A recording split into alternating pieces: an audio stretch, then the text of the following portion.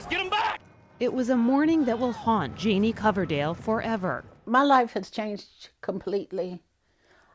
I'm not that same person, and I don't think any of us are.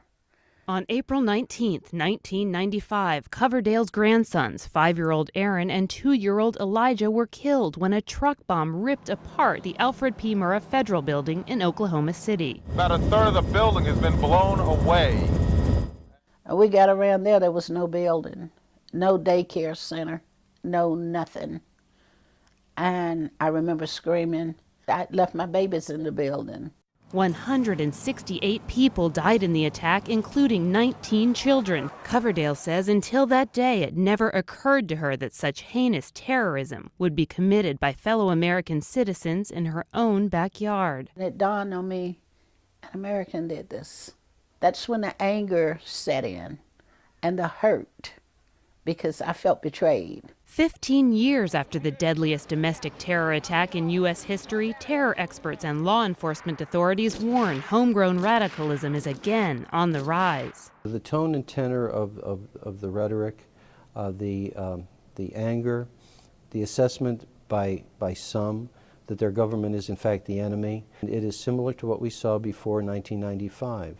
In March, federal agents arrested a group of 9 Christian militants in Michigan charged with plotting attacks against police in April. Those arrests follow a spate of death threats last month against members of Congress who voted in favor of health care reform.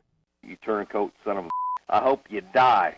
The Southern Poverty Law Center, which tracks anti-government militia groups, said the number of such groups has skyrocketed by close to 250% since the election of Barack Obama. The SPLC says in some cases racial prejudice is at the root, but these groups' motives span everything from the economy to immigration to taxes. The overwhelming rallying cry among almost all, a fierce distrust of the government.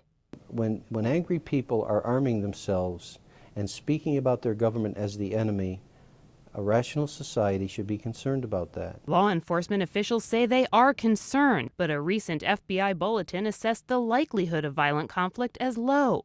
99-point-something% of these people are never going to harm another person, are not going to blow up a federal building, but it only takes a very small number of people to wreak an incredible amount of destruction, and of course that's the lesson of Oklahoma City. Law enforcement has been particularly vigilant this month, well aware that April 19th is not only the anniversary of the Oklahoma City bombing, but also the end of the FBI's siege at Waco that ended in the fiery deaths of cult members. Kelly Daschle, The Associated Press.